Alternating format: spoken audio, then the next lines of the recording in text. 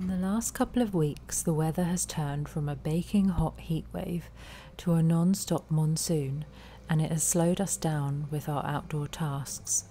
But we have cleared out the top floor of the house, finished up the rhododendron clearance for the electricity connection, and we have these 2 new shipping containers to show you in situ. We actually put the first one in way back last year when we needed a storage solution for our belongings when we moved over from Scotland, and now the second one gives us more storage space but also a much needed area to work in, and David has set up a small workshop area inside. The second one was a little easier than the first to put in place, as obviously we had done it before. Our digger friend chained it to his excavator and swung it into position. The first time it was a little hairy, but it worked out well in the end, as David and his dad levelled the ground beforehand, making it sit neatly into the carved out section of the forest we decided it would go. The land in this area was slightly flatter here already. We think possibly the foresters that planted the forest originally dug it out. Perhaps it was a lay-by for vehicles or something similar. So it didn't really require too much groundwork here, just scraping down to the hard clay and resting the containers on a 2x2 foot paving slab and 2 stacked breeze blocks. It gives the container a good height off the ground for airflow, and water can make its way underneath. In hindsight, we really should have prepared the site with some sort of drainage around the back of the container, and it would have been easier to do that then. But now we will have to think of something to help carry rainfall from the higher ground to the ditch at the other side of the lane. We did, however, put in twin-wall corrie pipe at the front of the containers to drain the water that falls at the top of the forest downwards, which has worked out really well.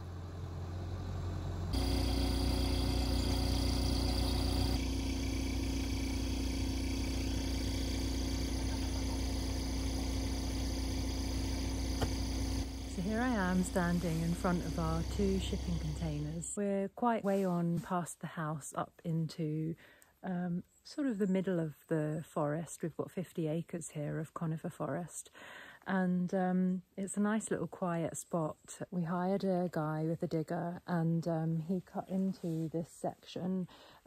It was kind of flattened, but obviously over the years the peat soil had built up and there were a lot of plants there. So he piled a lot of it onto the side, and then you can see probably where we've cut in, the top half is the peat layer, and then the bottom half is the clay. It's what they call the till here locally, blue till, I believe. That's got quite a lot of small stones, and the guy, he filled this area that I'm standing just opposite the containers with the till. And it took a little while to dry, but most of it's dry now, and it'll be a really good turning area for vehicles, because it's quite difficult up at the house there. There's not a lot of room. So yeah, really the plan, having 2 containers here, is that David has actually planned this really precisely, that in between there'll be enough space to park a vehicle in. He's actually planning on building a timber frame in between the 2 containers with a slight angle at the front, obviously to make a roof and to sheet it in corrugated sheeting. So it will make a nice sort of enclosed space for vehicles to shelter them from the rain. Obviously you can see here, like, it's so rainy all the time. I think over here it probably rains a good 8 months of the year. We just had our real dry spell. We had that for about a month, and that was our heat wave, you know, of the summer, and we're really hoping we're going to get another dry spell, but you just never know over here in Ireland. This will be a really good to keep a certain something that we haven't shown you yet drier in this climate, so you'll have to tune in next time to see what that might be. So the original green one there, we put in way back, I think it was about a year ago, just after we'd finalised the sale of the property, and it was a way of just storing a lot of our stuff that we brought over from Scotland. It still has quite a few things stored in there, but the other one is fairly recent. We put that in maybe a month or two ago, and the second container actually is going to be a little bit more of a makeshift workshop for David. He has a few of his tools and stuff in there, so that's just Willow drinking a puddle. He's set up a few little lights there. We've got a solar light in there and a couple of lights that we can plug in. Having the roof in between the two shelters is going to be great to have a little outdoor work area, because obviously once you put a few things in those containers, there's not a lot of room.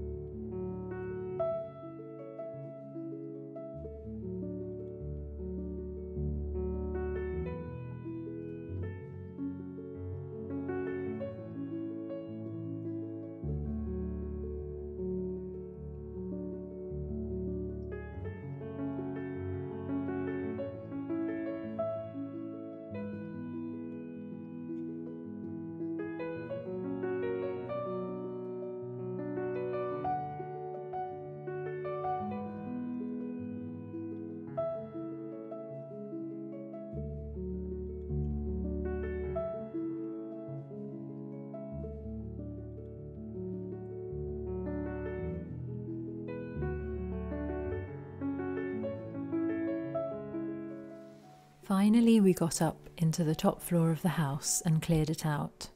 It was very full of the past owner's belongings, mainly furniture and clothing that had rotted and almost turned to dust by the woodworm and damp, sitting untouched for around 30 years. It wasn't a nice job, and I couldn't stop to film any of it. We just had to get it done and get out of the house, as it is classified as structurally unsound and dangerous to walk on the old floorboards upstairs. But that's the last really uncomfortable job to do, well, I hope. But now we can see the two upstairs rooms and take in the size and proportions of them properly. And it was interesting to be up there as the sunlight came in through the windows at different times of the day. I would rather keep the windows the size they are to retain the integrity of the building and keep the proportions true. I think it's a shame when old traditional buildings are changed around too much and new modern extras built and extensions added. Unless done in a very well thought out way, it can destroy the character of the original building.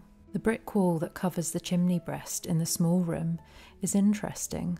We thought initially a fireplace was just bricked over, but I think it was actually built like this on purpose as a form of thermal mass, as the room directly beneath it is the kitchen, and it would maybe share the heat from the range stove in there.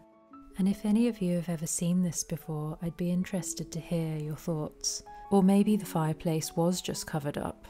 The other room, which sits above the living room, is quite large and does have a fireplace in it, which we would probably be interested to keep, maybe with a wood burner installed for efficiency and safety. Absolutely all the wood has to be taken out and redone, as woodworm is rife in the building, and there's rot from water ingress at the chimneys.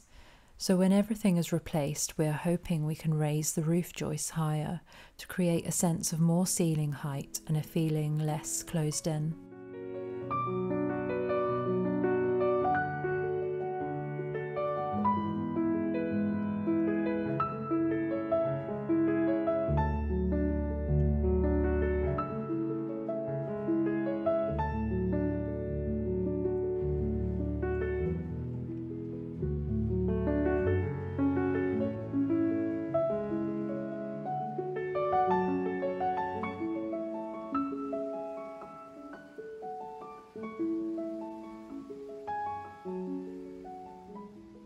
When we were clearing upstairs, I found this little plastic bag, and in it were a few pieces of fabricy things and lacy things.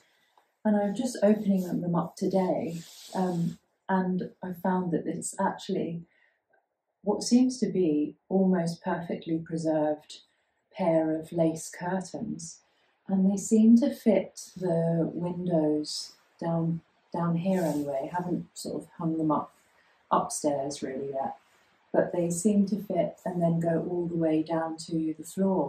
I'm interested to see whether they are actually in good condition, and I think I'm going to take them home and try and wash them really carefully and see whether the fibres still hold.